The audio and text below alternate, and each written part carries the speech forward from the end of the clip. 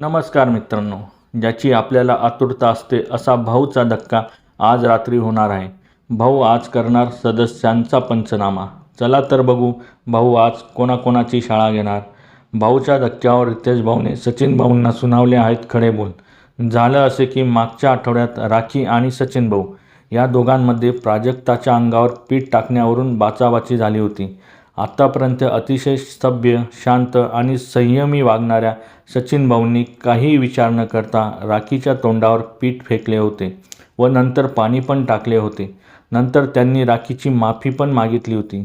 पण सचिन भाऊंचे हे रूप इतक्या आठवड्यानंतर प्रेक्षकांना बघायला मिळाले होते. हाच मुद्दा रितेश भाऊंनी भाऊच्या धक्क्यावर घेतला आहे. रितेश भाऊ सचिन भाऊंना बोलतात, तुम्ही राखी यांच्या तोंडावर पीठ टाकले, नंतर पाणी फेकले, हे तुमचं नॅचरल रिॲक्शन होतं का? यावर सचिन भाऊ बोलतात, असं ठरलेलं नव्हतं भाऊ. रितेश भाऊ बोलतात, तुम्ही एका महिलेच्या चेहऱ्यावर पाणी कसं फेकू शकता?